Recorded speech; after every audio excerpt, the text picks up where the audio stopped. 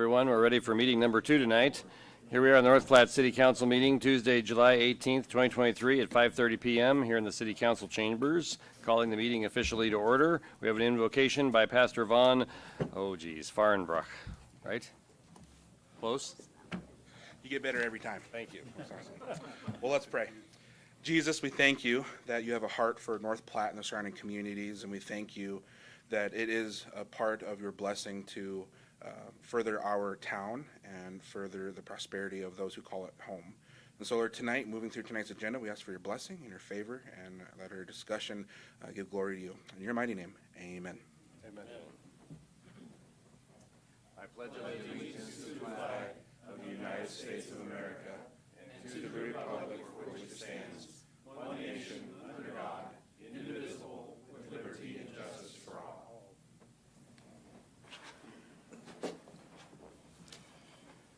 Thank you, Pastor, and I'll continue to work on your last name. Roll call, please, Angie. Here. Here. Bowles. Here. Lucas. Here. Eric. Here. Here. Ricker. Here. Wood. Here. Thank you. There's a copy of the current copy, a current copy of the Open Meetings Act of the State of Nebraska is posted on the wall at the back of the council chambers. Meeting procedure. The public may address specific agenda items at the pleasure of the mayor. If recognized by the mayor, please identify yourself by stating your name and address. Please address the council through the mayor and limit your remarks. We respect our city council, we respect our city council too, but particularly we respect our city employees and request that any complaints or criticisms of employees not be aired in a public meeting. Concerns about employees should be brought to the attention of the city administrator or the mayor. Individuals in violation will be declared out of order. Consent agenda. All matters under the consent agenda are considered by the City Council to be routine and will be enacted by one motion. Any City Council member may, however, remove an item from consent by request. Item number 1, approve the minutes of July 5, 2023. Item number 2, place on file Treasurer's Report for May 2023. Item 3, approve application by Powell's Brewing Company for a special designated license on July 28, 2023 from 5 p.m. to 9 p.m. at the North Platte Community Playhouse, 301 East 5th Street for a Playhouse Music Fest. Item number 4, approve the application by GL Concepts, LLC, DBA Good Life on the Bricks for a special designated license on August 10th, 2023 from 12 p.m. to 1 a.m. at Viera Wireless, 1302 South Chestnut for their grand opening. Item number 5, authorize the police department to apply for the Nebraska Department of Transportation Highway Safety Office grant funded overtime reimbursement to participate in the Drive Sober or Get Pulled Over selective overtime enforcement campaign. Item number 6, approve the mayor's appointment of Glenn Van Velsen to the City of North Platte Planning Commission. Item number 7, approve the mayor's reappointment of Nelson Jett to the City of North Platte Planning Commission. Item number 8, approve the mayor's reappointment of Kurt McEwen to the City of North Platte Planning Commission. Mr. Mayor, I move that we approve the consent agenda as presented. Second. Motion by Reeker, second by Vols. Calling the question on the consent agenda, please.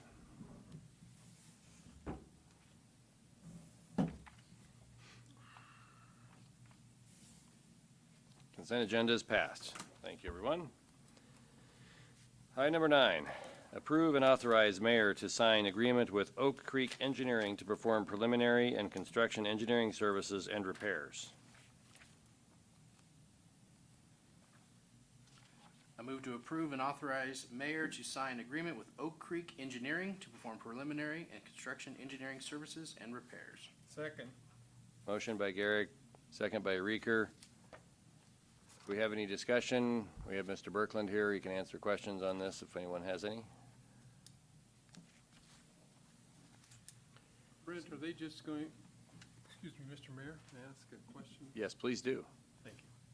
Brent, are they going to be putting any kind of a sealant on this concrete, or is it, what all are they going to be doing? Do you know offhand? Yes, council and mayor, good evening. Brent with the city engineer. And as far as what we're looking at for scope of services, it's more repair work. There's expansion joints. There's the 3 bridges, Buffalo, Willow, and Poplar. All 3 of those, there's maintenance that as time goes on, the maintenance becomes more needed. But we are looking at expansion joints. There's some abutment concrete that needs repaired. There's some drains There's some repair needed on some of the surface drains. That's kind of a high level of the things, but not as far as the surface treatment. We've talked about a surface treatment potentially for Buffalo. That's something that we've talked about in the future, but for right now, we're looking at more structural repairs than preemptive maintenance that would be like the coating that would help keep some of that out.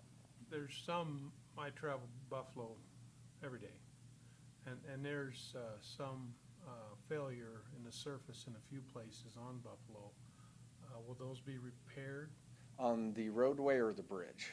The bridges, I should ask you which one. Are you thinking like on the deck of the bridge itself? Where we're looking at, the three bridges are over the railroad tracks. I think these are on the bridge itself. We've looked at those cracks. No, these aren't cracks. The guys have actually come in and put asphalt patches over them. Okay. Now, this particular contract isn't with that. These are gonna be over the tracks at Buffalo, Willow, and Poplar, just for over the tracks portion, but not. Are you thinking it'd be further south, or are you No, thinking? it's on the over the tracks Okay. section. There's a couple of them where, Are they right at an expansion joint by chance? They're like in the midway? We could, the scope of that, we're gonna look at the final contract as far as, some of those we probably will. But in general, it's more of the expansion joints and the abutments, sure. which is at the ends of the bridges. Oh, But- so you're not doing work on the bridge itself? No, it's No, gonna, no. well, it's gonna be more of the deck I and see. the superstructure, Okay. if that makes sense, so hopefully.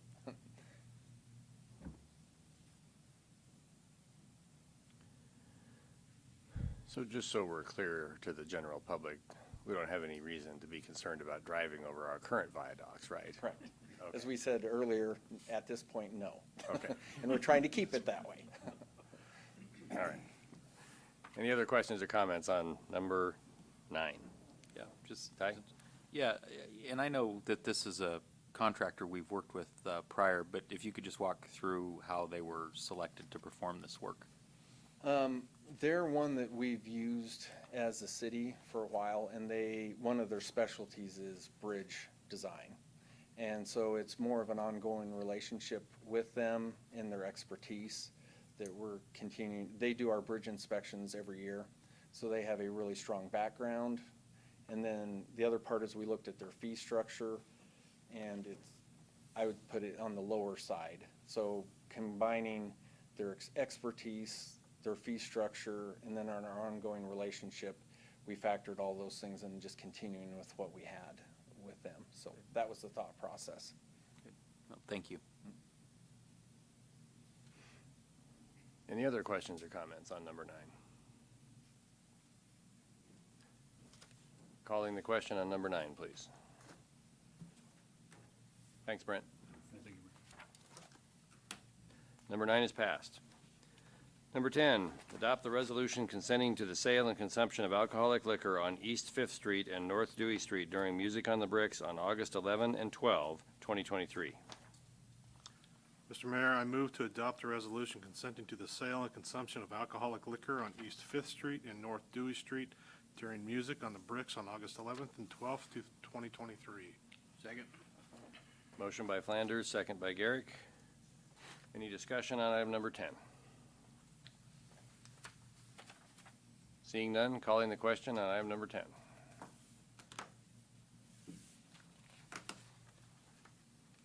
Item number 10 is passed. Item number 11, approve the application by GL Concepts LLC DBA Good Life on the Bricks for special designated licenses on August 11 and 12, 2023 from 12 p.m. to 1 a.m. on East Fifth Street and North Dewey Street during Music on the Bricks. I move to approve the application by GL Concepts LLC DBA Good Life on the Bricks for special designated licenses on August 11th and 12th, 2023 from 12 p.m. to 1 a.m.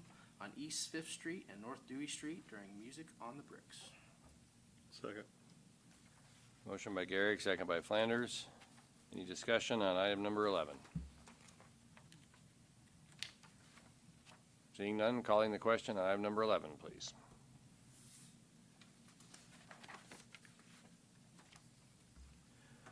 Thank you. Mr. Mayor, excuse us, it's getting kind of cold. Sorry, Ann. It's okay, I brought a sorry. jacket. I know. We don't have Don't want anybody- to be a complainer, but We don't have anybody out I here usually wanting wait to- till I see an icicle hanging off Mark's beard. Sorry. Sorry about that. All right. It's okay. Number 12. Second reading and action on to adopt ordinance number 4132, vacating a portion of an alley located at 95 Rose Park Drive. Lane, would you read the ordinance, please? Ordinance number 4132, an ordinance of the city of North Platte, Lincoln County, Nebraska, vacating part of an alley located at 95 Rose Park Drive and described as the alley lying southerly and easterly of the south and east lines of Lot 2, Cridge's second replat, North Platte, Lincoln County, repealing all ordinances or parts of ordinances in conflict herewith, providing for the effective date and publication thereof. Thank you. Mr. Mayor, I move to adopt ordinance number 4132 to vacate a portion of an alley located at 95 Rose Park Drive on second reading. Second.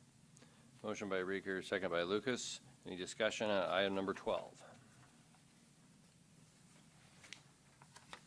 Seeing none, calling the question on item number 12, please.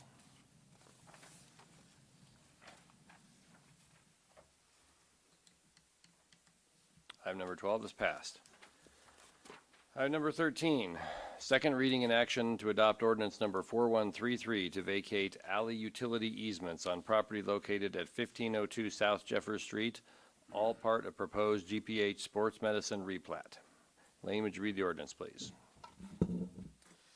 Ordinance number 4133, an ordinance of the city of North Platte, Lincoln County, Nebraska, vacating all utility and access easements on property located at 1502 South Jeffers on parcel numbers 0010790.00, 0013670.00, 0013965.00, 0010801.10, 0013975.00, and 0013985.00, North Platte, Lincoln County, proposed GPH Sports Medicine replat, repealing all ordinances or parts of ordinances in conflict herewith, providing for the effective date and publication thereof.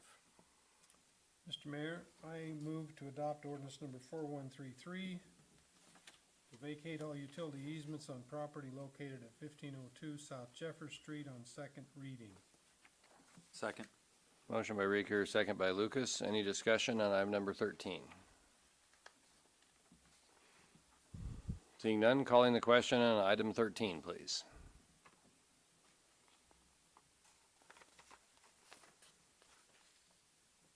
Item number 13 is passed. Item number 14.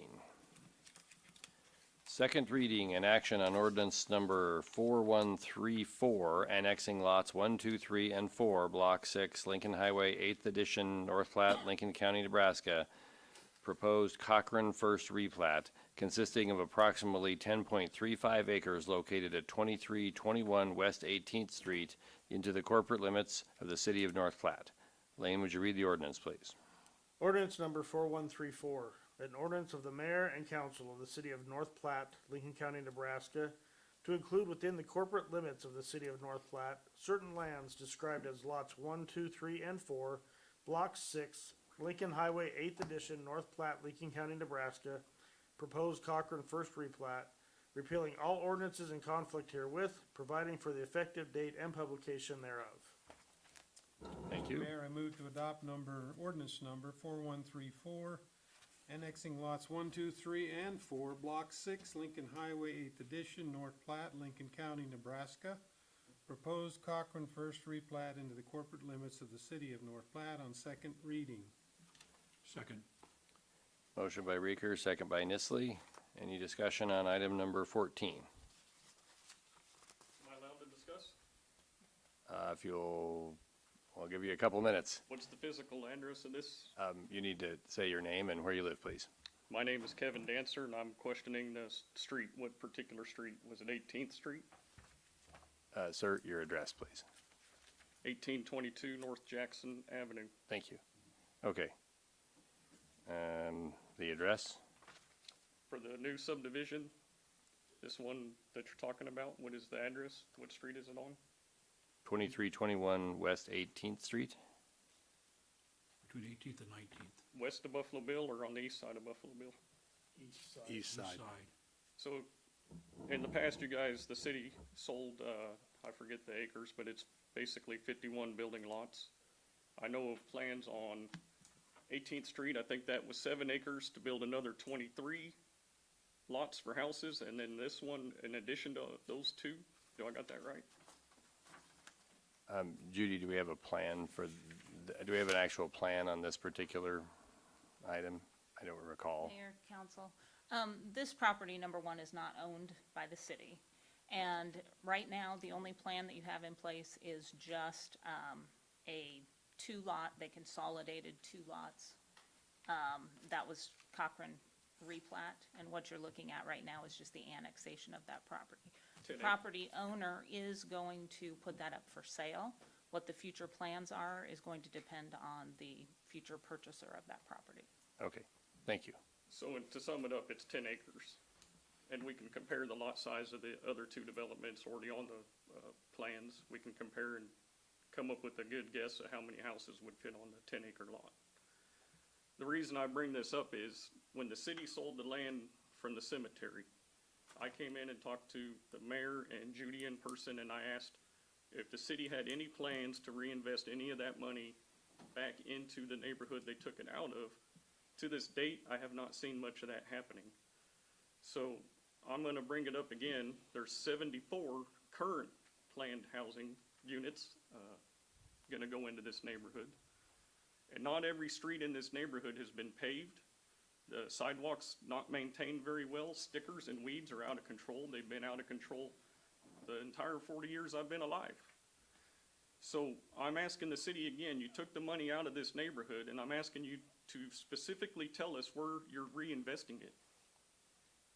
Connect the dots for us. Where did the money go? You're gonna add, I'm gonna assume over 100 at this point, housing units, but you haven't done any infrastructure improvements to go along with it. And that's all I came here to say. Okay, thank you. Just for the record books, the Mulligan Meadows, as you all know, is actual paved streets with sidewalks and that sort of thing. So do we have any other planned developments in that immediate area? No? Okay. Okay. Other comments and questions? Mr. Reeker? I can't recall honestly, Mr. Mayor, if the north side of that 18th Street has actually got a sidewalk on it or not. I don't believe it does. But I would imagine that if and when that is developed, that would be the developer's responsibility to put a sidewalk in there. That is correct. The street is a concrete street. It's a very good concrete street. So I'm not exactly sure what was referenced there. That street is a good street. I don't know where the other housing units are going in that this gentleman referenced. Obviously, there's some streets up there that are in bad repair. And some of them are gravel, of course. Not of course, but they are. I will concur with him that a lot of those sidewalks in that area are overrun with goat heads. And not, the sidewalk themselves, I think, are maintained, but they're protected by weeds, so they probably aren't gonna deteriorate very quickly. But, and I don't know if that's something the city really wants to get involved with or not, but, I'm not sure exactly what this gentleman was referring to. Sidewalk maintenance goes back to the property owners, and then, you know, the city over the last 10 or 15 years has gone after CDBG grants, and that's how some of those streets have been paved up there. And then there's also been a couple street improvement districts where some of those have been paved, but that's, you know, the ones that have not is because we have not been able to achieve the funding, and the property owners have not wanted to pay for the street. So that's where a lot of that comes back to. Right. Thank you. Donna? So, is there a plan, or was there a promise that that money would go back into that neighborhood when they, I don't believe that was ever discussed. that wasn't ever mentioned? information that the city would do that. No. Okay. Mr. Lucas? I also think we want to remember that the sales proceeds, I don't have the exact number in front of me because I wasn't necessarily prepared for that question, but the sales proceed numbers for that particular piece of land were minute in comparison to the assistance that was provided for infrastructure financing up there at Mulligan Meadows that the city provided through the TIF approval. And then I know it's not the exact same neighborhood, but generally in town, I mean, the commitment that's being made on 9th Street to improve that thoroughfare is really significant. And so I don't recall the exact sales proceeds number of that land, but it was very small in relation to what paving a street would be.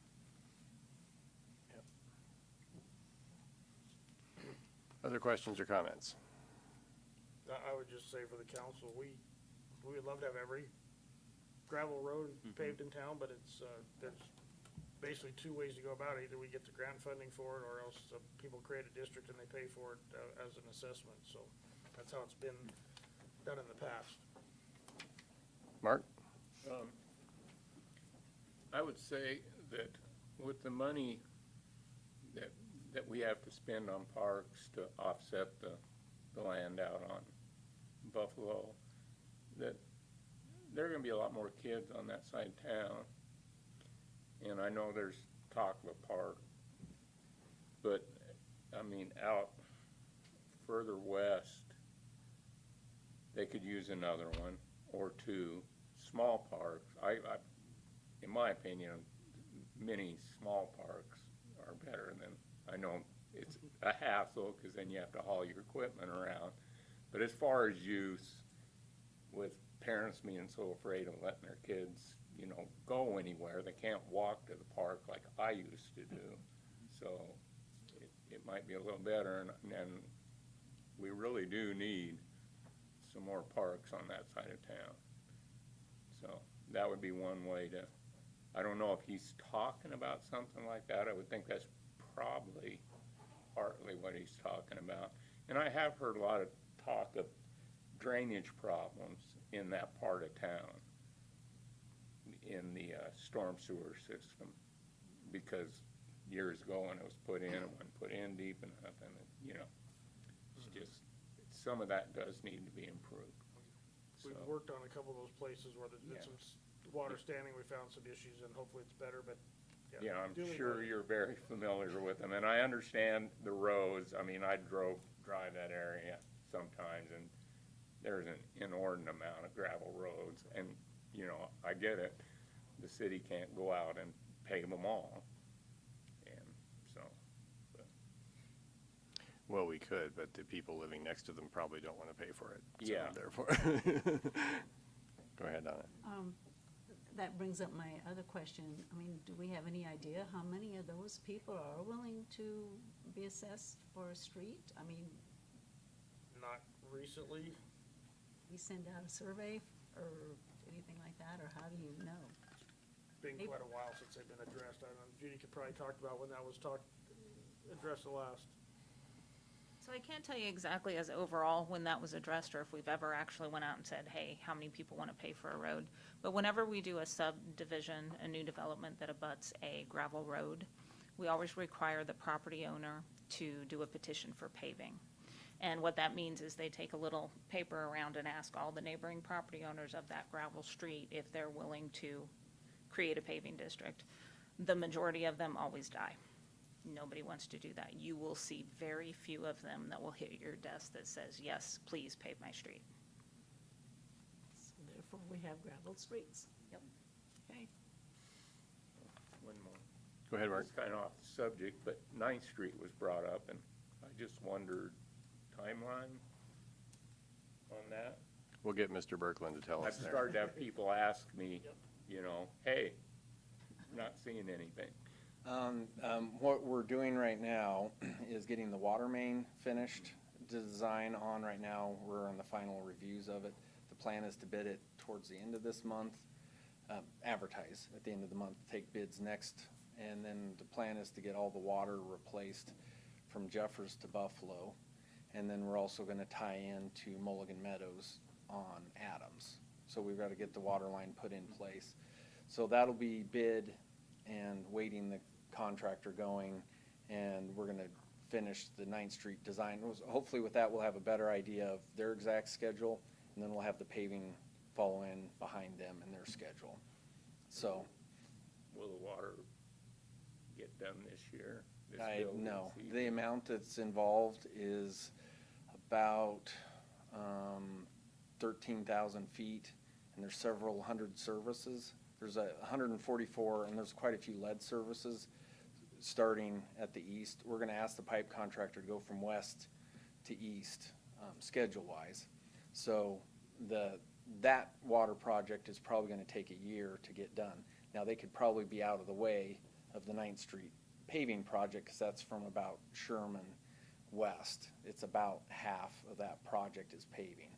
So they can start on the west end of the water, move east, get out of the way, And then come back. so we can do paving. So the water project won't be done.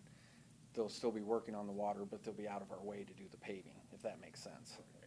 Yeah, So, that's- so that it, makes no, they won't be perfect done, sense. but we'll probably have 2 contractors in the area working, one doing the water and keeping going out of the way. So realistically, it's probably gonna be next year. Yeah, correct. And it Just depends a need little an bit on, answer.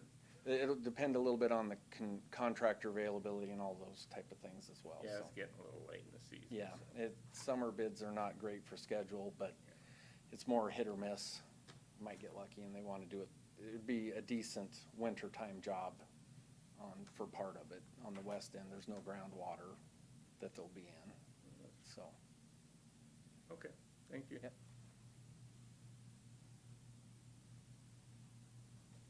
Calling the question on number 14.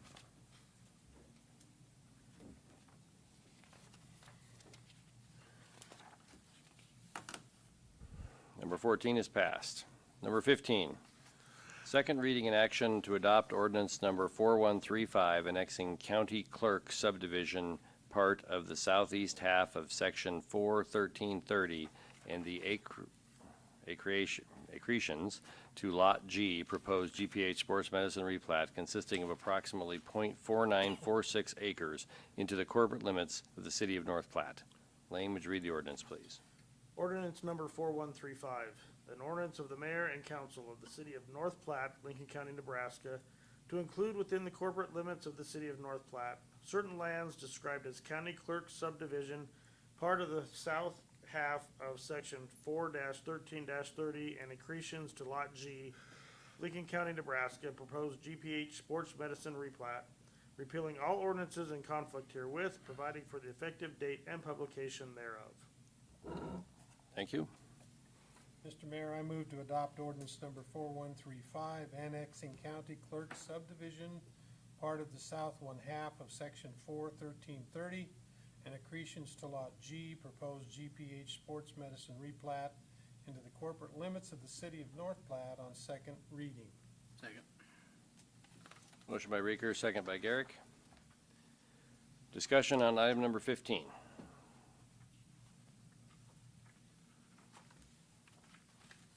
Seeing none, calling the question on item number 15.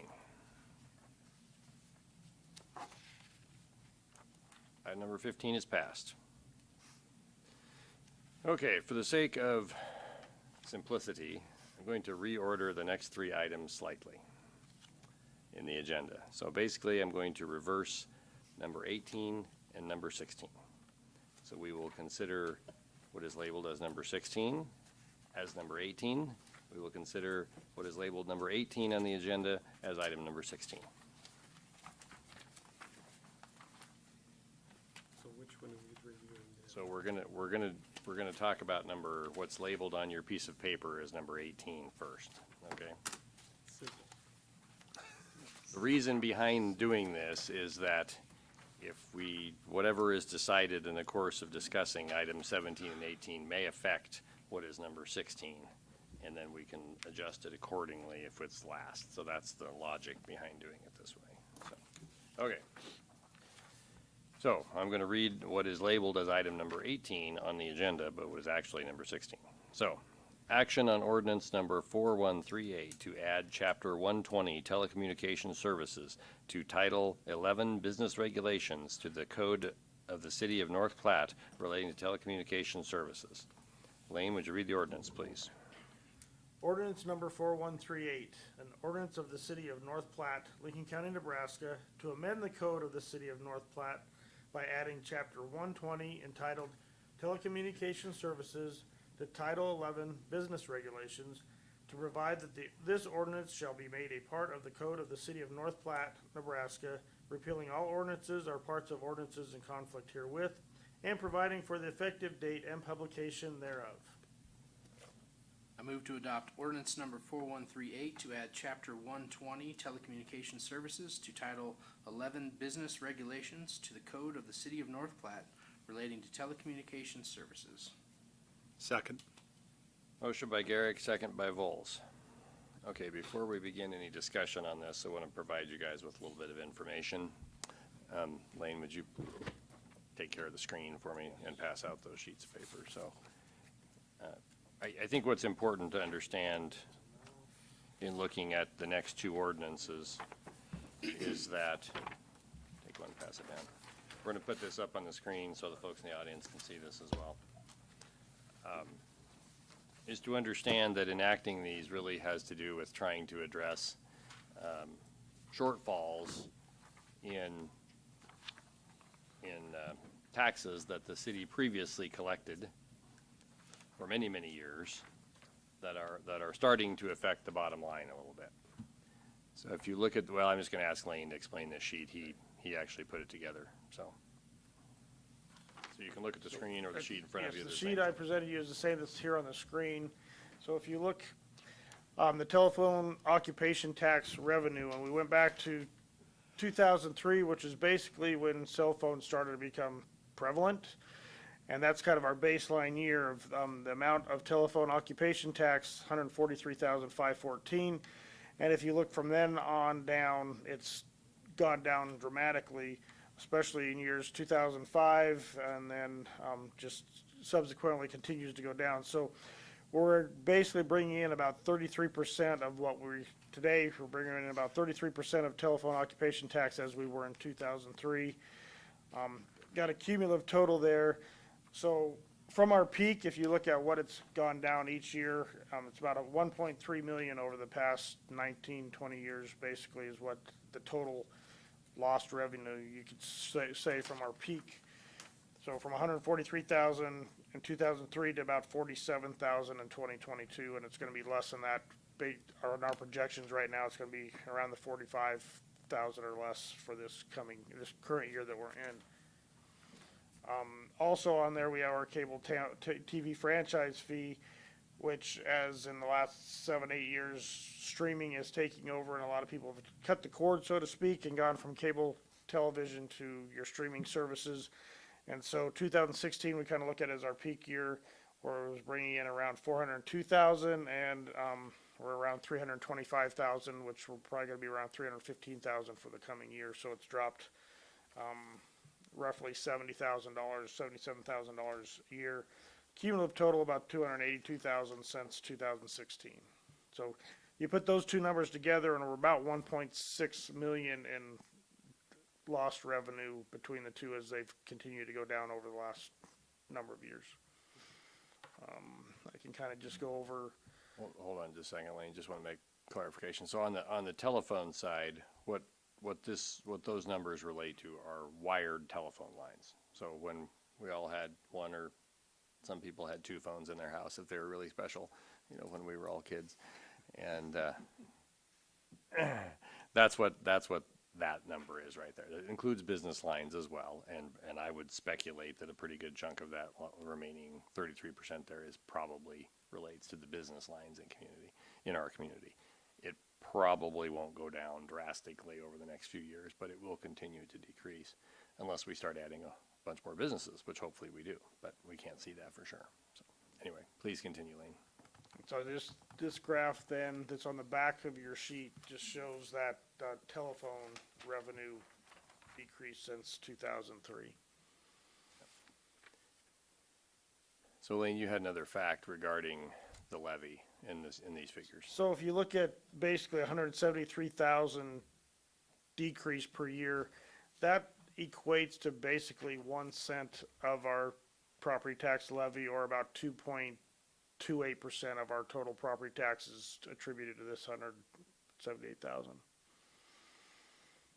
So if you think about that from the tax reduction perspective, city has to have operational funds. Some percentage of it comes from property taxes. These numbers have been decreasing for many years. When they get to the bottom, whatever the bottom ends up being, we'll be faced with a choice.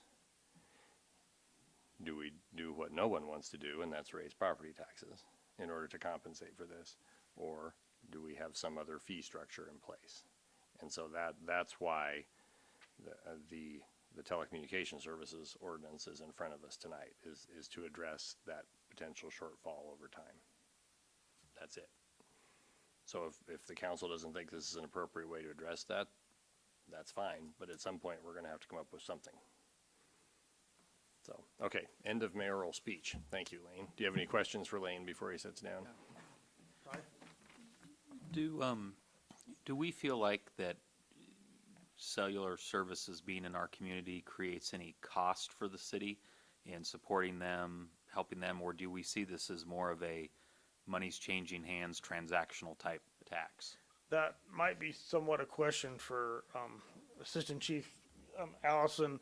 As far as the 911 center and those calls that come in, there is some things, from my understanding, because of GPS and stuff, they can use the cellular phones, but it does add, I think we had to update some equipment in the 911 center because of the cellular devices, but I may defer to Chief Allison. That's actually Chief Ree's that's kind of his baby as far as some of the 911 stuff, so I might maybe throw this a little bit on him that he doesn't know, but Chief Reeves is out of the country right now to answer that question. But I do know we had to update some equipment because of more things coming from cellular than landlines coming into the 911 center. Okay, so it's probably fair to say that the city does provide services that cost money that tie into people that have cellular phones and the use of those phones, right? Yes. I hadn't even really thought about that from the 911 perspective, so I really appreciate that feedback. And Mr. Mayor, if I may interject a little bit, I was thinking about this a little bit, Ty, and, every time we approve a cell phone tower, Judy's department has to prepare documents, take time out of her schedule, which is wages and salaries. And that's happened, as you know, in our time on planning and here quite frequently. So there's that's kind of a hidden cost, as well as, going out and inspecting the building permit and the building site, which is kind of taken care of in our building fees. But, there are some other costs that I'm probably missing too, but that's one that kind of popped up into my mind also. So, thanks. Mr. Mayor, kind of a counter to that though, Pete, correct me if I'm wrong, but whenever there's a cell tower goes up, that land now is taxed as a property tax, as a real estate tax. And so we're gonna gain a lot more real estate taxes on that property where there's a cell tower than we would have had the cell tower not been there. So I would hope that would offset costs that we would have in the zoning and planning division to work that through. I guess from my perspective, as you all know, I think this is a good opportunity to reduce some of the cost of the city, some of the taxing costs of the city, and another opportunity to look again at reducing some of the costs of city government. These are dollars that we're taking away from the citizens, and granted, there's probably some services that are associated with that, but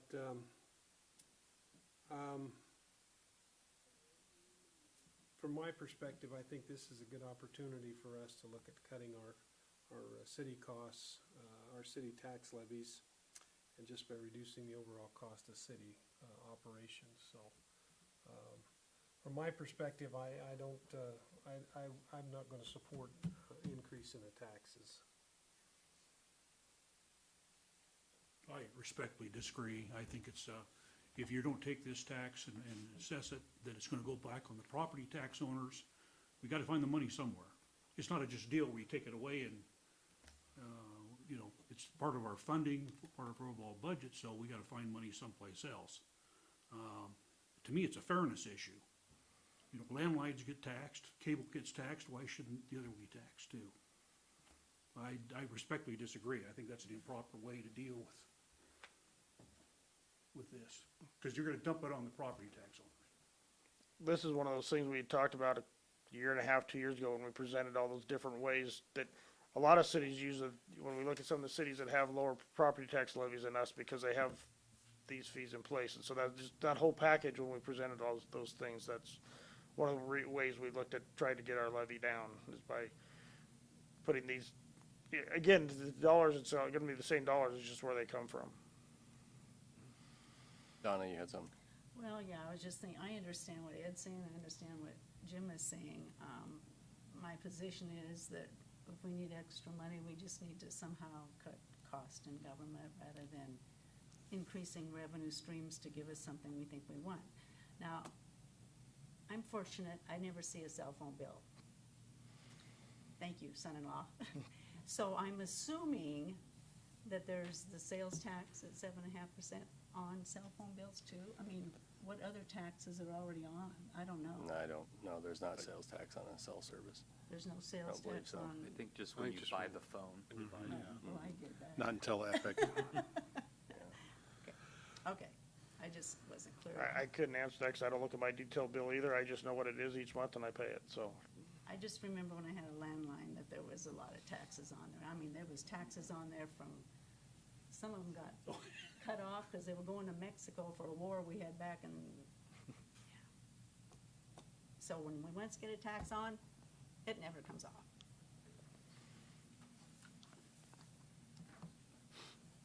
Oh, sorry, Mark, go ahead. It's okay. I'm a patient man. Donna, I don't ever look at my cell phone bill. My wife pays the bills most of the time, so. But I know a couple of years back, I looked at all the taxes on them. And, I mean, I think it was around 20-25% of the bill was taxes. I'm a big fan of user fees. I'm struggling with this because basically, even I have a cell phone, which, you know, thought would never happen. So,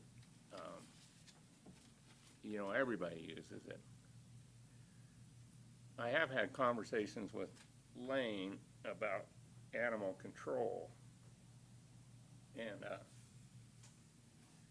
actually, if we would put a licensing fee, I haven't done any of the figures yet. I've been getting ready to do it. And now there's a user fee that you know, makes sense to me, because some of us have pets, some of us don't.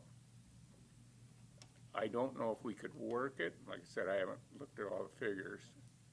But if we could make it to where the licensing fees took care of animal control, that money I might offset this, so we wouldn't need this tax. That was one of those I had shown back a couple of years ago in that presentation also, as far as licensing fees on animals. That is a possibility out there that a lot of cities do. Yeah. Pay for that portion of their, or at least part of that cost.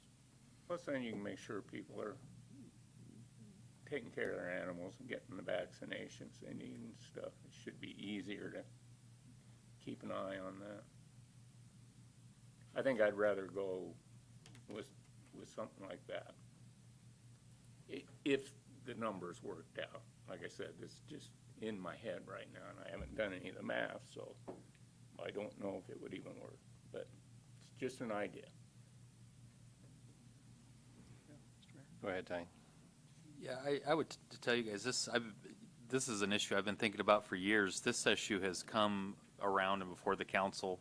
It was pretty controversial many years ago. And it's one I've thought about a lot. I mean, from the downsides, I'm not really a fan of new taxes, and it's probably regressive with people with lower incomes, and I have a concern about that too.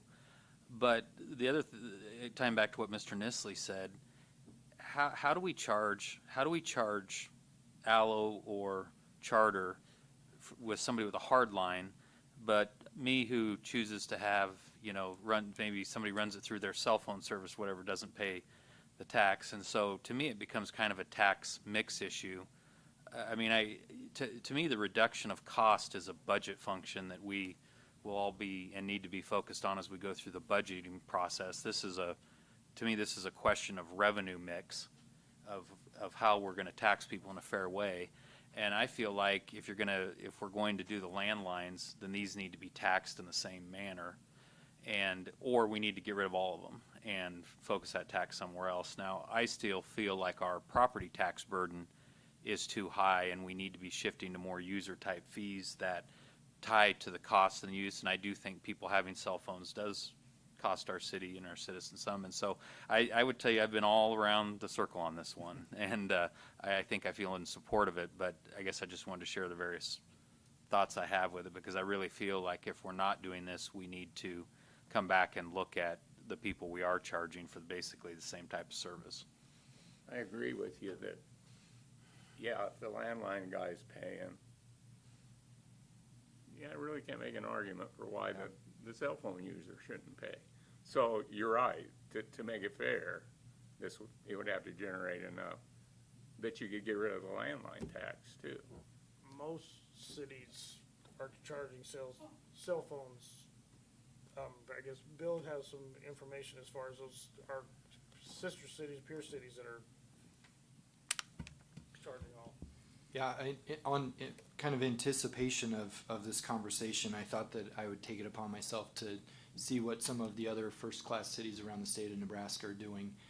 So based upon my review of city codes from the city of Grand Island, the city of Kearney, the city of Fremont, the city of Norfolk, the city of Hastings, and the city of Columbus, all of them tax mobile telecommunications devices.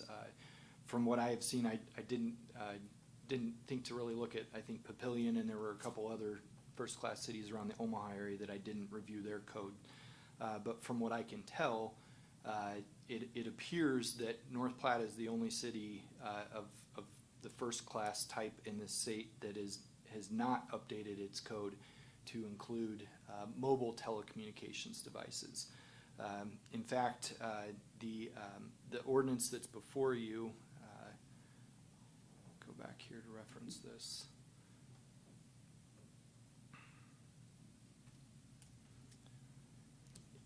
It references part of the state regulations, which the city of Norfolk also does as part of its code, but it's part of the state regulations where for state taxing purposes, the state also includes mobile telecommunications devices. So just from that standpoint, I thought it was important for everybody to know kind of, maybe someone mentioned the issue of fairness, what other cities are doing for their citizens. I also, as I was going through the ordinances from other cities, I thought it would be maybe interesting for the council to know where other cities stand with their occupation tax on these types of services. So for Grand Island, they're at a 5% tax, 5% occupation tax for telecommunication devices. Again, this assumes all of them include the mobile telecommunications devices like we're discussing. Interestingly about Grand Island, Councilman Lucas brought up the 911 facility. Grand Island's ordinance reads that 3% is the base tax, but they have an additional 2% tax that is going to fund their 911 center. So that's where the total 5% tax comes up.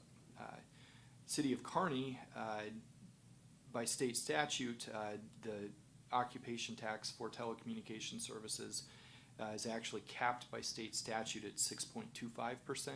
And according to Kearney's user fees, that is what they are taxing for occupation taxes for telecommunications devices. They're 6.25% in Kearney. Fremont is at 4%. Hastings and Columbus are both at 5%, along with Grand Island, and then the city of Norfolk is at 3%. So, thought maybe everyone might find at least those figures and that information interesting. So, And I have the code from those cities if anyone's interested in looking at that as well.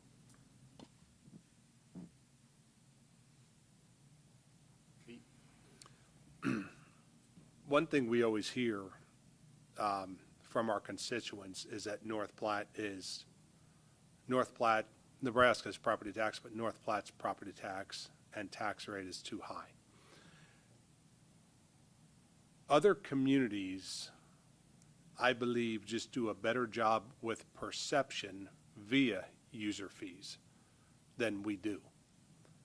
This is an area that I believe, and I know Lane's working diligently on the budget for next year. And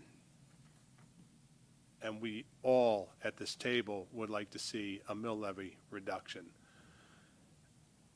It takes X amount of dollars to fund this city up to the standards that we've set for the community and what the community expects out of us. We continuously talk about roads and improvements and overlays, and so we hear a lot about that, but there's only so many ways a city can generate revenue. So I think as a council, we have to decide whether we want to continue down the path that we've done for 20, 25 years, 30 years with property tax, or look to kind of equalize our revenue sources. And I've always felt that use fees, people that use a product to an extent, is a good way to generate revenue, because I feel that could be the fairest tax, if you want to call it, of all. We're probably going to see a lot more rental dwellings, duplexes, triplexes, apartments being lived in our community with the future developments that we have going on.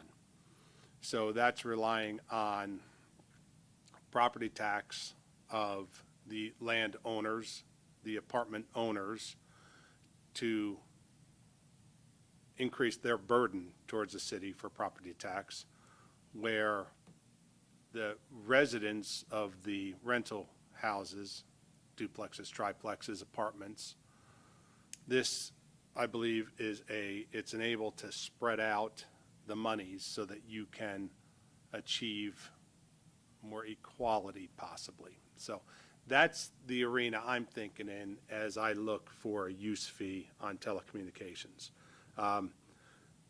If this gets passed, I bet no one will even notice it, and people still won't look at their cell phone bills. I was trying to find mine on my phone there for a while. It's probably going to be a couple few dollars.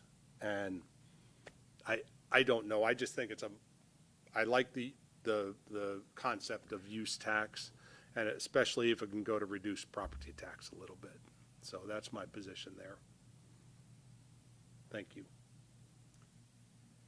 Ed? Mr. Mayor, thank you. You know, if I could be assured that if we assess this tax, that we're gonna see a genuine reduction in property taxes, then I would certainly support that. Your comment, Pete, about the apartment dwellers and the apartment landowners, correct me if I'm wrong, but I think most of those facilities have received tax increment financing. So there's not gonna be any tax revenue coming into the city from a property tax standpoint.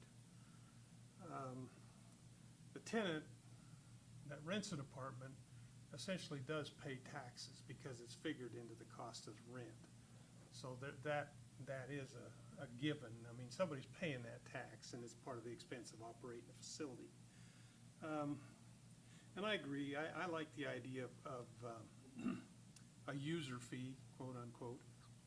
I don't like the idea of just a blanket tax, charging everybody a tax for something that maybe even a high percentage of the people don't even use. But, you know, if we can have some guarantee that we're gonna reduce the mill levy, and quite frankly, I think we should reduce the mill levy. I think we should be looking at a considerable reduction in the mill levy, because the property values have increased immensely in our community, which is gonna increase the dollars that the city's gonna receive. And I think based on that, and I don't think our costs have gone up in relationship to the increase of the cost of the property values. So I would hope to think that we should be looking at a pretty nice reduction in the mill levy. You know, when I go down to the courthouse, I don't pay a mill levy, I pay dollars. And that's where it really makes a difference. You know, you can talk about a reduced mill levy all you want, but if I still pay more dollars, if I always write a bigger check, then that's what really hits me. So those are my thoughts. You guys know where I'm coming from. Hey, just for the sake of clarity, you kind of left out one part of the whole levy discussion, and that's the tax ask on the part of the city. Right.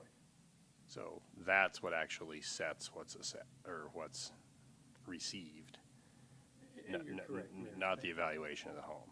So, but you bring up a very important point, and it's something that we're gonna do a work session on around the time of the budget so that we get a clear understanding in everyone's minds of how this works, because for those of us that don't deal with it every day, it's a little murky and we don't always remember exactly how it all works. And so I want to make sure that that's clear. Thank you for the Yeah. clarification. You're correct. And all I can tell the council is, I mean, considerable portion of my time is spent working on the budget every year, along with Dawn and city staff. And, you know, it is very much my focus to do what I can to do what we can as a city to not only lower the levy, but also lower, or at least stabilize our tax asking amount. And with that in mind, with what the valuations have done, preliminarily, I think we're going to ask for less dollars this year than we did last year. Not a considerable amount, but it's gonna be less, which will drive that levy down for most people. Now, depending on what their valuations did, some may still have a bigger city tax bill than others, some may have much less, but we're going to we're focused on asking for less dollars this coming year than we did this last year. Thank you, Lane. So, I can't project 5-10 years out with our needs and everything, but that is our hope, to continue to ask for less of the property tax dollars and replace that with other dollars. Thank you. So, that's all. I wish I had a crystal ball to say what it's gonna be in 5 or 10 years, but that's our focus, so. Anyone have any other questions or comments? I'll just real quick. Go ahead. For me, it's about a diversification of revenue sources. We have a perception issue, to Councilman Vol's point, when we're trying to attract new businesses and people to move to our town, and they look at our property rates and they go, oh my goodness, I'm gonna have to pay another mortgage just on property taxes. That's a problem. So, I think this is a good way to diversify that. Now, I'm always on board with sharpening our pencils and trying to reduce, and get smarter. And I think Lane and the city has done an excellent job at that. But yes, we need to reduce our levy for sure.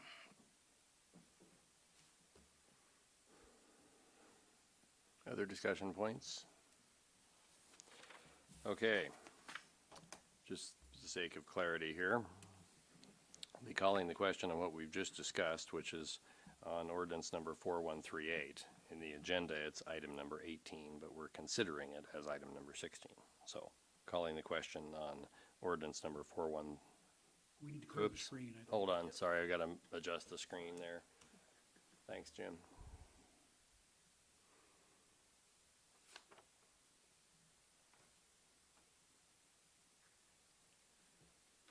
There we go.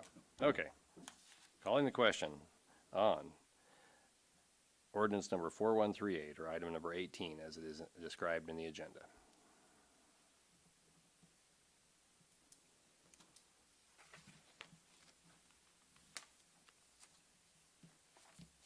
We need a simple majority on that, not 2/3. Okay. Item number 16 is passed. Okay. Now we will move on to item number 17, which is item number 17 in the agenda. And that is action on ordinance number 4137 to add chapter 119, Games of Skill, to title 11, Business Regulations, to the code of the city of North Platte relating to games of skill. Would you like me to read the ordinance? Oh, yes, please read the ordinance. Ordinance number 4137, an ordinance of the city of North Platte, Lincoln County, Nebraska, to amend the code of the city of North Platte by adding chapter 119 entitled Games of Skill to title 11 Business Regulations, to provide that this ordinance shall be made a part of the code of the city of North Platte, Nebraska, repealing all ordinances or parts of ordinances in conflict herewith, and providing for the effective date and publication thereof. Thank you. I move to adopt ordinance number 4137 to add chapter 119 Games of Skill to title 11 Business Regulations to the code of the city of North Platte relating to games of skill. Second. Motion by Garrick, second by Flanders. Okay. Do we have any discussion on item number 17? I'm saying that somewhat sarcastically. So, I'll just Go say, ahead, Donna. I have struggled with this item and the previous one that we haven't had yet. I am not in favor of these games.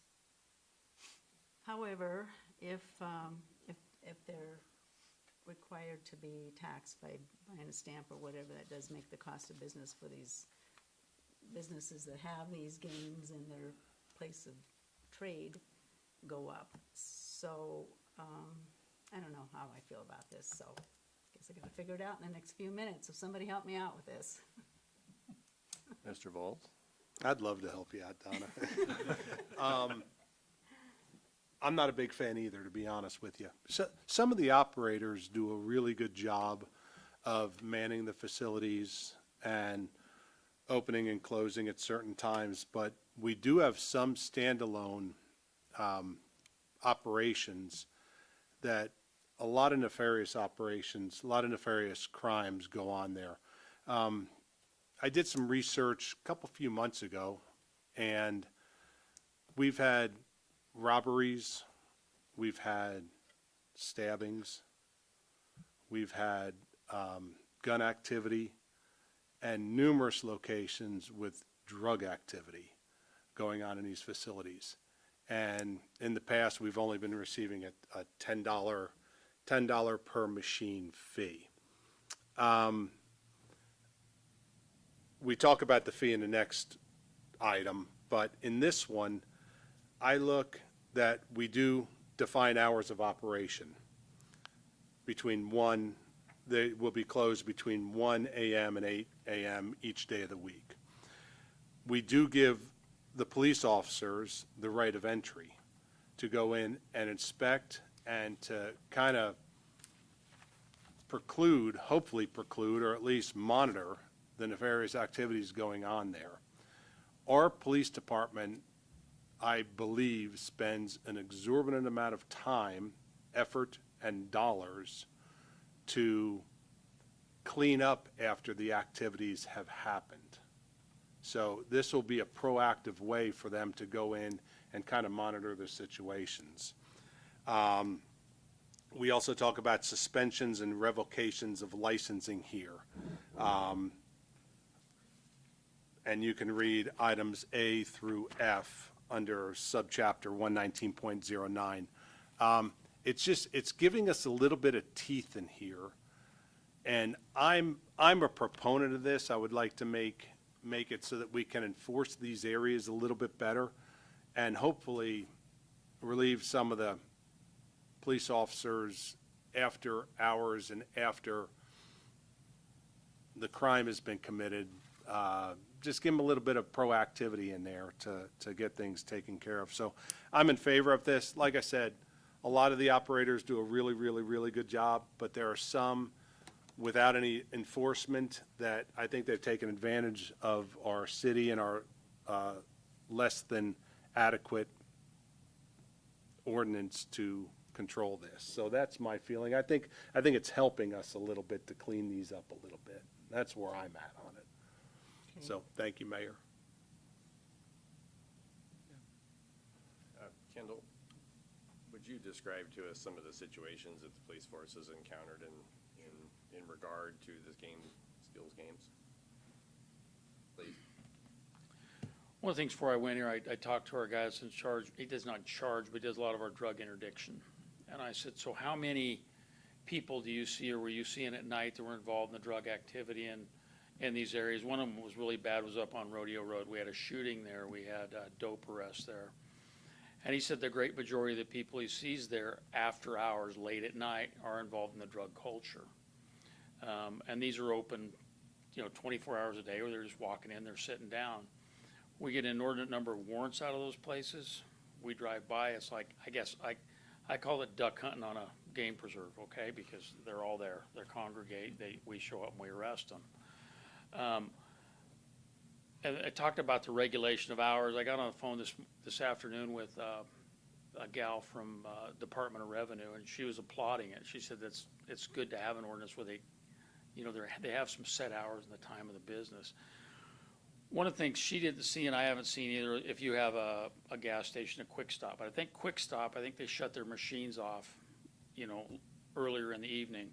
But you don't see those people hanging out at the Quick Stops, or they're hanging out at these areas where they just have, where light it's a little darker. They can congregate. A lot of drug deals go on in the parking lots or inside of those businesses. So that's what we see. Can I ask a Go ahead. question? So the machines themselves can be shut off at a certain time when they're in the 24-hour? They do it at Quick Stop. You go in there at Quick Stop late at night, and there's nobody sitting there, and those machines are off. So, Thank you. Might have convinced me. Thanks, Kendall. We reserve the right to call you back, so. Go ahead, Ed. Mr. Mayor, I'm going to make a comment that's probably very incongruent to what you think of me, but I'm gonna support this tax. Pete did a very astute and good explanation. I can't even follow in your footsteps. I admire it. It's a good thing you're on the council. Ty gave me an excellent out. This is the perfect user fee. So I'm 100% in favor of this thing. I don't think the city should be rewarding any vices. And if we gotta raise the tax to limit the vice, then we cleaned up 6th Street a few years ago, a long time ago. And so I'm gonna support this one. Mr. Lucas? Yeah, first of all, I really appreciate you guys bringing this to the council. This is something we've needed to look at for a long time. I have no issues with a local legitimate business that's running a C-store, grocery store, tavern, restaurant, and they have these games available for their customers' entertainment. I've always been in the camp of, unless it's bothering somebody else, let people do kind of what they want to do as long as it's legal. These are a mess, in my opinion. These gaming den-only places that are not attached to other businesses, I think they attract drug dealing. I think they attract money laundering. I think they potentially can attract sex trafficking and other types of things that we really need to try to prevent in our communities. I think this is a serious item that we all have to take very seriously. Probably the biggest concern I have is, are we doing enough with this? I'm very pleased to see, I think that the tax makes sense, the other things that are outlined. I've thought a lot about how can we make the licensing procedure tied to a legitimate operating business. I've considered, should we talk about, somebody has to have a liquor license to have this type of license with us, because then we know there's somebody responsible supervising, they're manning their business, they're generating under normal hours, and there's responsibility and accountability. That may not be the right solution. Maybe some other type of licensing process. I appreciate what's outlined. I think it's a big step. I would tell you that I'm not sure I feel like it's enough in the process to license them, because if the problem we're trying to solve is these standalone units, well, what we're doing is we're charging everybody that has a machine a fee, which I'm fine with. And we are putting a licensing procedure in, but I'm not sure I don't know if we're addressing the problem as head-on as maybe we have options to. So I continue to think about that from all different directions. I would also tell you, in my industry, in the banking industry, you can't even imagine how difficult it is for people in this world to have a bank account, and potentially expensive because of the federal government's concerns about the amount of money laundering that can happen in this type of business, and then the various things that trickle and tie to that. So, I mean, this is a serious issue we're talking about. And I guess I might just ask the city attorney or Lane if, do we have options on a licensing process that works more like a liquor license, or that ties to that, or ties to some other kind of business activity? What kind of options do we have on this? So one thing I might point out is that if you're reviewing the ordinance for this proposed ordinance for the skill games, some of it follows closely with the city ordinances for liquor licenses, because we thought that the two kind of did match up well together. The one big difference is that under state law, there's state laws that address liquor licensing, and so our ordinances are built around those state laws. We don't have the similar advantage when it comes to skill games, and so the way that our city functions is that the city is able to legislate and to develop these ordinances based upon the powers that the state gives to the city. And so generally with this type of an ordinance, we're functioning under the city's broad ability to legislate for general health, safety. We call them police powers. And so there are fairly broad powers for the city to legislate under the authority that the state provides, but we don't have a state guideline, so to speak, like we do with liquor licenses. So I think somewhat to Ty's point, that would be for the council to decide if you would want to structure this more like a liquor license. I think that the city would have the ability to do that. I can tell you one of the considerations that we had in trying to structure this ordinance was on the licensing piece of it. And I think it can go one of two ways, in my opinion. The way that we have it drafted at this point would be for basically there to be a form application. You fill out the application. If you check all of the boxes, you get the license. And so that is more of an easier administrative function to issue the license, whereas with a liquor license, there are several more steps are involved. It's a much more detailed license. You're having to provide background checks and have separate manager applications that go along with it. And so obviously you all know too that with liquor licenses, those also come before the council before they go on to the Liquor Control Commission. And so that was a consideration too with this, and it would certainly be within the council's purview if they would like to see these types of applications come before the council. That could be a possibility. I think partly what we were trying to address was we wanted to address this in a way so that we could implement something. We didn't want to make it overly burdensome, both for the council and for city staff. But those were some of the things that we considered, and hopefully that helps to answer Councilman Lucas's question. But in my opinion, the city has some broad discretion to structure this differently if council would so choose. It would be interesting to see if any other cities have these issues, which I'm guessing they probably do. So it'd be interesting to do some research to see if maybe they have tried different things for this. I mean, doing this now, I think, is a great, like someone was saying, it gives us a little bit of teeth at this point.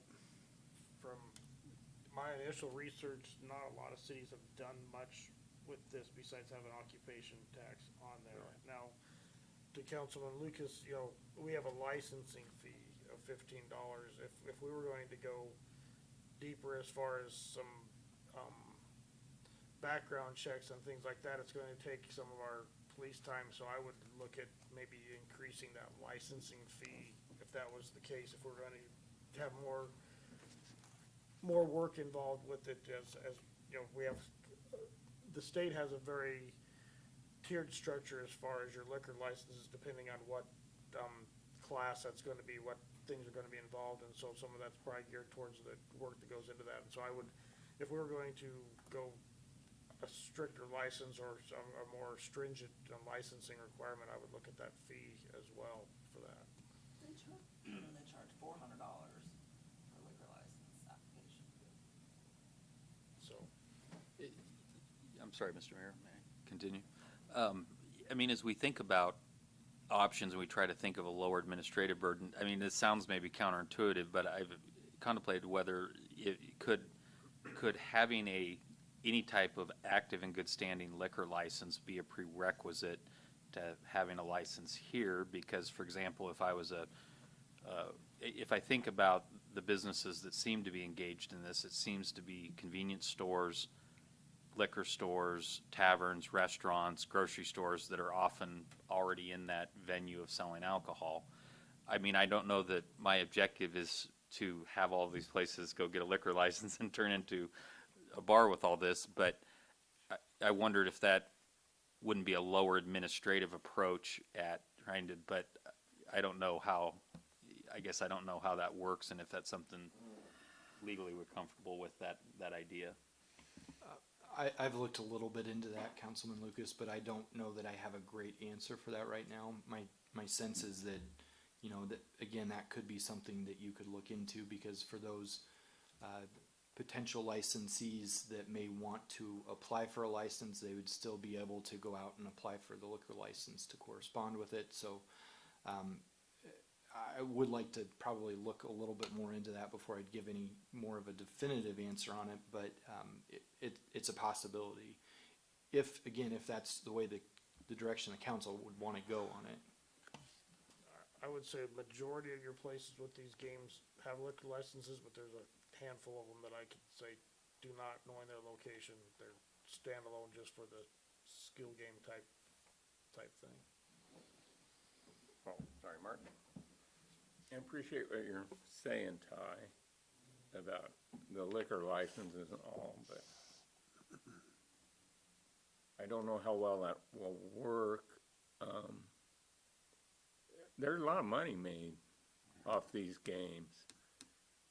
And people who aren't the most honest are, you know, you can always get a guy to front for a liquor license, and actually then you're introducing liquor into this mess you already have, which this is tough. We can't just outlaw them, can we? I don't agree with that. It is a legitimate business, and this is America. Not a business I would ever want to be in, but, you know, everybody has their own. They are legal in the state, so I don't think we would be able to outlaw them in Yeah, North Platte. yeah, Go ahead, Ed. one can hope. If we can tie these to another license, another business license, I think we could reduce our administrative costs immensely if we say that the only people that can have skill games have to have a farrier's license. A what? Oh, I didn't hear a you. farrier's license. They have to shoe horses. Horseshoes.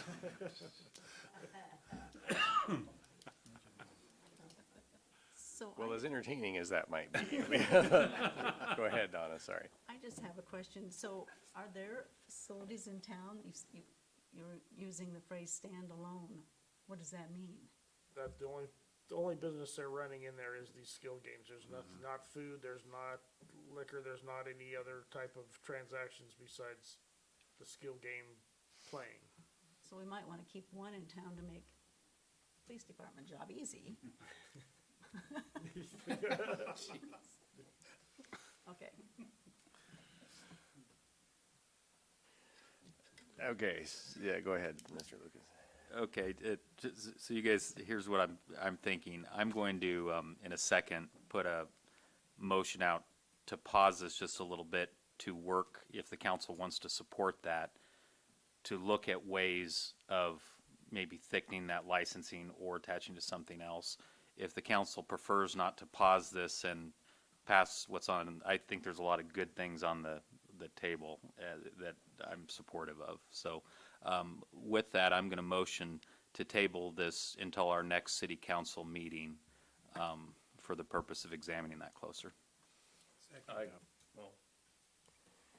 I'd second it. Okay. Because I agree. If we can figure out a way to somehow tie this to some other licensing thing where we'd have a lot more control, it would be much better. Okay. There's been a motion to table, so there is no discussion on motion to table. So calling the question on the motion to table. Just so you're clear, if you vote in favor of this, then this item will be considered again on the next council meeting, which is on August 1st. If you vote it down, then we'll continue to talk about it. Nope, there is no discussion on Point the of motion to anything? table. Okay. Sorry. Calling the question.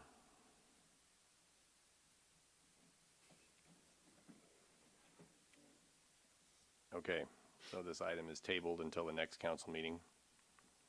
Sorry to be a Robert's Rules Nazi there, Pete, but Just want to know when the budget was due. we have some time on the budget. Can we go to the next one then, too? Yes, we're just about to do that, so. Okay. Now we will consider what is on the printed agenda, number 16, but we're considering it in the 18th slot. So action on ordinance number 4136 to amend 110.01 of the Code of the City of North Platte relating to occupation taxes. Lane, would you read the ordinance, please? Ordinance number 4136, an ordinance of the city of North Platte, Lincoln County, Nebraska, to amend chapter 110, title 11, section 1 of the Code of the city of North Platte, revising business occupation taxes, repealing all ordinances or parts of ordinances in conflict herewith, to provide severability and providing for the effective date and publication thereof. I move to adopt ordinance number 4136 to amend 110.01 of the Code of the City of North Platte relating to occupation taxes. Second. Motion by Garrick, second by Vols. Discussion on item number 16 as is printed on the agenda in slot number 18. Who would like to go? Mr. Reeker has his hand up already. Mayor, Okay. I'd like to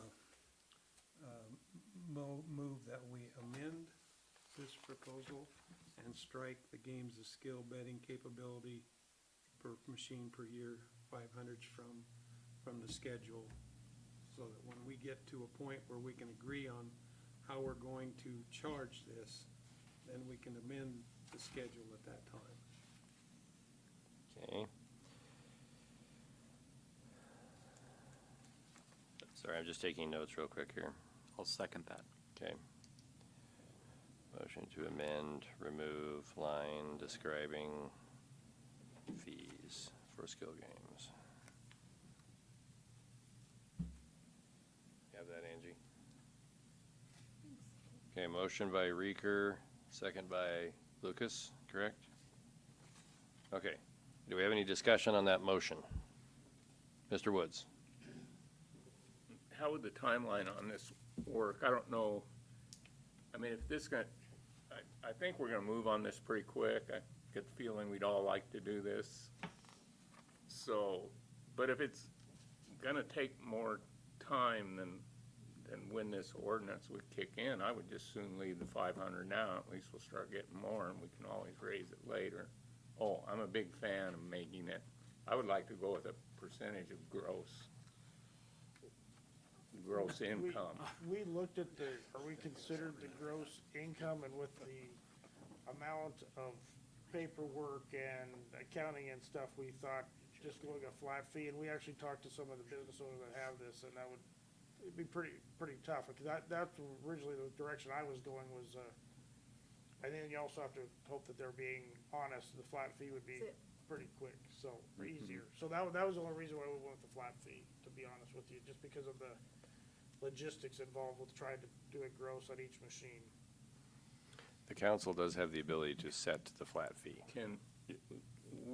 I mean, we're not allowed to get the information off their tax returns to, you know, get paid once a year. Well, go ahead and address that, yeah. I mean, that would cut it down from a monthly thing to just once a year, which would Right, help. and I think, so that's where with ordinance number 4137 that's been tabled, that's where that would come in. So, you know, I guess from my perspective, if the current ordinance that the council is discussing, 4136, if it is not amended, then we would just have an occupation tax for games of skill that isn't really otherwise defined in the code. So, although I understand the amendment, the council wouldn't necessarily have to move forward with the amendment. Without the amendment, 4136 could move forward. It's just that we wouldn't have any way to define a game of skill, so it wouldn't really, I mean, there'd be no way for it to go into effect, in my opinion, because we wouldn't have a further definition of what that game of skill would be. That's what 4137, that's what that would do, is it would give us that definition so we know what type of business then is being taxed. Okay, one other question. I don't know how deep you are into tax law, but if we do raise what we're taking from them, because these businesses cost the city a lot of money, and they'll continue to cost us even more. There's nothing good. The ones in the bars, yeah, they're probably okay because, you know, you just got your regulars in there, and, you know, no big deal. But is it a legal deduction for them? Anything they have to pay us that we make in an ordinance? I don't know if I could On answer their that. federal. On their federal return, so far as their income, I don't know that I'd have a good answer on that. Okay, yeah, I'm sorry. I've been out of town, so I didn't have time I to could talk speculate to on it. anybody. I could've gone and asked my Right. guy, but I just haven't been around. My guess is that my answer, if I were to guess, would be the same as what you're probably assuming that it would be, that they would that they would deduct it as a business expense. Which I'd rather see that money come to us than the feds. And as far as timing, Mark, I would say that with these being introduced now and our budget year starting the 1st of October, that was kind of the timing to take place, so these would basically take effect at that start of the next budget year. So if that matters one way or another. Well, I'm probably gonna vote for Ed's amendment. I just wanted to kind of see. Okay, I don't know who gestured first. I just Go had a ahead, point of Pete. clarification, and correct me if I'm wrong, but, Bill, but since we passed 413, or since we tabled 4137, we can pass this item we're looking at right now, 4138, as it is written, 4136, sorry, need bifocals. 4136 as written, and it won't affect the games of skill with betting capability per machine at $500 because we haven't defined games of skill yet. We have tabled that motion. Is that accurate? That would be my, yes, that would be my opinion, is that it just simply, maybe I didn't explain it very eloquently, but the ordinance would go through on first reading without the amendment, with the games of skill with betting capability per machine per year, and they're at $500. We just wouldn't have a further definition of what that is, because that's contained in the ordinance that's been tabled. Thank you. And we're also just on first reading, so the ordinance is not effectively actually passed, it's just on first reading, it's not through the process. Thank you.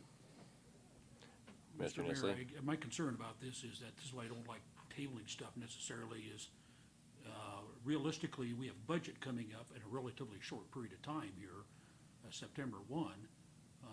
You know, are we gonna be able to get this thing put together by budget time? I mean, so that Delane has something to work off of? That's my concern. I mean, it's not like we have a whole bunch of time here. We've tabled that motion on the, now how do we handle this as the budget?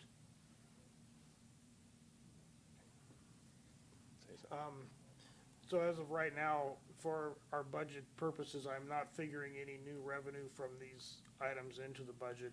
I'm going off of our current history. And really because we don't know for sure what this is going to raise, we don't know exactly the number of games out there. We basically take whatever new revenue for the upcoming year and use that then for future budgets, but not for the coming budget that will take effect October 1st. Okay. So we appreciate your concern, but it's probably not Not that big of a counting deal on, at this point. counting so. on, I'm not counting or budgeting in that revenue that we hope that this would. Mr. Mayor, Eager? regarding your comment, Councilman Luke, Councilman Volz, if we change the fee structure, we're gonna have to amend this anyway. So. True. Just a thought. Okay, so before us, we have a motion to amend and essentially remove the $500 per machine from ordinance number 4136 for the moment. The idea being that it would be set when this discussion concludes, possibly at the next meeting. So, anyone have any further comments or questions on that subject? Mr. Mayor? Mr. Lucas? Back to Mr. Woods's point about the gross or percentage of the take. You know, we have Keno operators in this town that are under Keno agreements. And the city has, I mean, if you took our revenue and you divided that by the number of Keno operators, it well exceeds what's on the table here.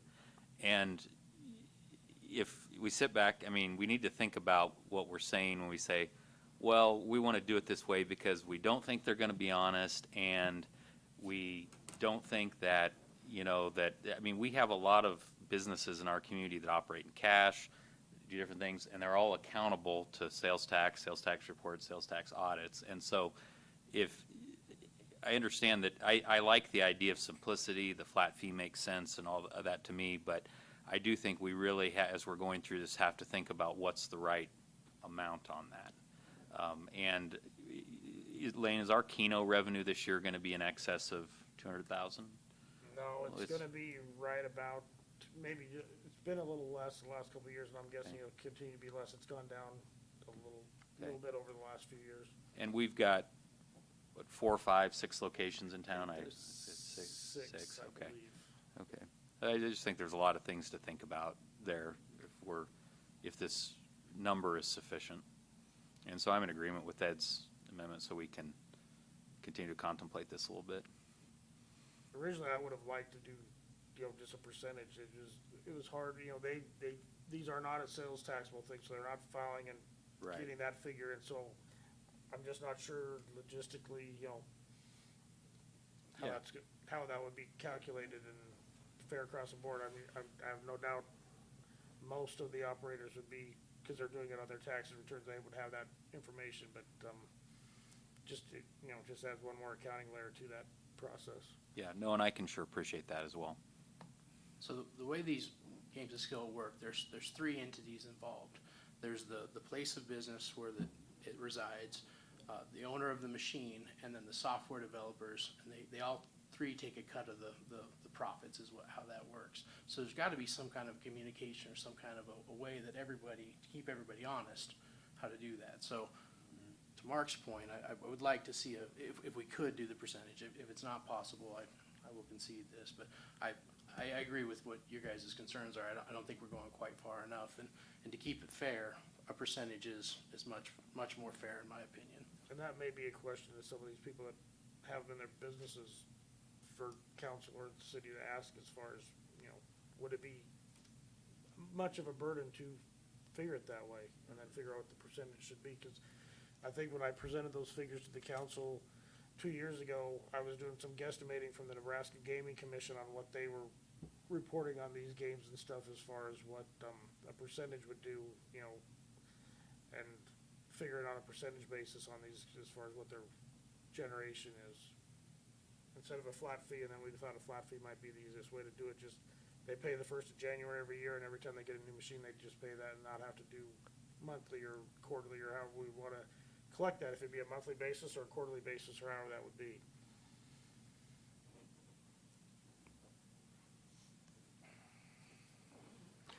Okay, we're still considering the potential amendment to remove the amount here in 4136 regarding the skill games. I'd like to just point out that it's really not a big deal to bring this same ordinance back in 2 weeks. It's not a problem for the council or the administration at all. So whichever way the council votes, it's not going to be onerous on this one to the city. So, any other comments or questions on this amendment? I just like to make one. Go ahead. Ty made a comment that I said that they were dishonest, and I thought back to what I said, and somebody could have interpreted it that way. We have evidence that, there's a lot of illegal activity that goes on, and we have some owners who are allegedly being, accused of tax evasion. So, as in any business, there are honest people and there are dishonest people, and I wouldn't want to impugn anyone who owns these, but that's just for my own benefit. Go ahead, Donna. Okay, I guess I'm more in favor of a flat fee, and it's because in my prior employment, we had a saying, if you had a cash business, the owner had to be there. Not bringing up an old topic, but that golf course that the city owned, that was a problem. If the owner, the person who has skin in the game is not there, his cash is gonna go out the front and the inventory is gonna go out the back. And I can almost say, if you're running a cash business and if that owner's not there, it's not gonna fly. It'll go down. And I don't know if there's some way, if we did a percent, like Brad was talking about, the accountability, I don't know if there's some way that you can make sure that, I don't know. I just want to make a comment. Mr. Nisley. Brad, you work in the computer industry. I don't doubt one bit that manufacturer knows every dime that comes off of that machine, because that's the way it's built. And, I don't think it's an onerous burden at all. You can figure out the income from those machines. There is a way. I bet you get an honest owner, he can tell you what his machine makes, and you'd have a good idea of what it is. Okay, I'm calling the question on the amendment. What are we voting on? Okay, this is, sorry, usually I bring it up, I apologize. So the motion before us is to remove the skill games fee from ordinance number 4136, made by Mr. Reeker, seconded by Mr. Lucas, for the logic behind it being that there's gonna be further discussion and that fee may change or be adjusted in some mechanism. So that's what we're voting on. So if you vote for it, we will effectively remove that line from the ordinance. If you vote against it, the line would stay. Mr. Voles, you still need to vote. Oh, I thought, hell, I was just listening to you talk. I can see we have exceeded the appropriate time for the meeting. Okay, the motion is passed. Shockingly, we're back to considering excuse me. Back to considering 4136 as amended. Does anyone like, I'm afraid to ask this, does anyone like to make any other discussion or motions regarding ordinance number 4136?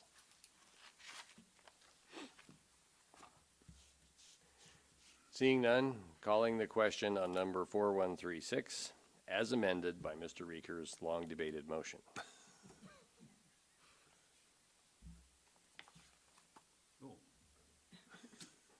Okay, the amended version of number 4136 has passed. Thank you, everyone, for the rich debate. I'm not being sarcastic, it was really good, actually. Okay, number 19, approve the claims. Mr. Mayor, I move that we approve the claims. Second. Motion by Reeker, second by Voles to approve the claims. Calling the question on approving the claims, please. Okay. Thank you, everyone. Normally, at this point, we have the public agenda request item. There is not really a member of the public except the press and some city employees. Does anyone like to make an agenda request at this point? Mr. Reeker. Mr. Mayor, I move that we adjourn. I thought he was gonna make it. No. Motion by Reeker, second by Garrick to adjourn. Calling the question on adjournment. Thank you, everyone. We'll see you in 2 weeks. Meeting adjourned. I'm just listening to him. I was right. Yeah. Well, that's true. Part of the game.